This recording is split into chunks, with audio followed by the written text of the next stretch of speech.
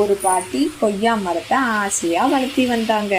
ஒரு நாள் பாட்டி இல்லாத நேரத்தில் குழந்தைங்க மரத்தில் மேலே ஏறி பழங்களை பறிச்சிட்டு இருந்தாங்க. அப்போது பாட்டி திடீரென வந்துட்டாங்க. நான் உள்ளே போனாதானே நீங்கள் இப்படி செய்வீங்க அப்படின்னு பாட்டி அங்கேயே உட்காந்துக்கிட்டாங்க. அப்போது ஒரு சிறுவன், பாட்டி எனக்கு ரொம்ப பசிக்குது, ஒரு கொய்யாப்பழம் தருவீங்களா என்று கேட்டான். பாட்டி ஒரு கொய்யாப்பழத்தை பறித்து அந்த சிறுவனிடம் கொடுத்தாங்க.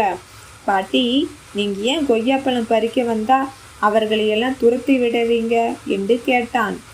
இந்த கொய்யாப்பழத்துக்காக அவங்களை விரட்டி விடுகிறேன் என்று நினைச்சாயா? அவங்க ஒரு சின்ன கொய்யாப்பழத்துக்காக திருடணும்னு நினைச்சாங்க பார்த்தியா? அவர்களும் உன்ன மாதிரியே கேட்டு இருந்தா நானே கொய்யாப்பழத்தை பறித்து கொடுத்துருப்பேன். அவர்கள் செய்ய சின்ன சின்ன தவறு தான் நாளைக்கு ஒரு பெரிய திருட்டாக போய் நிற்கும். அதனால தான் நான் அப்படி செஞ்சேன்.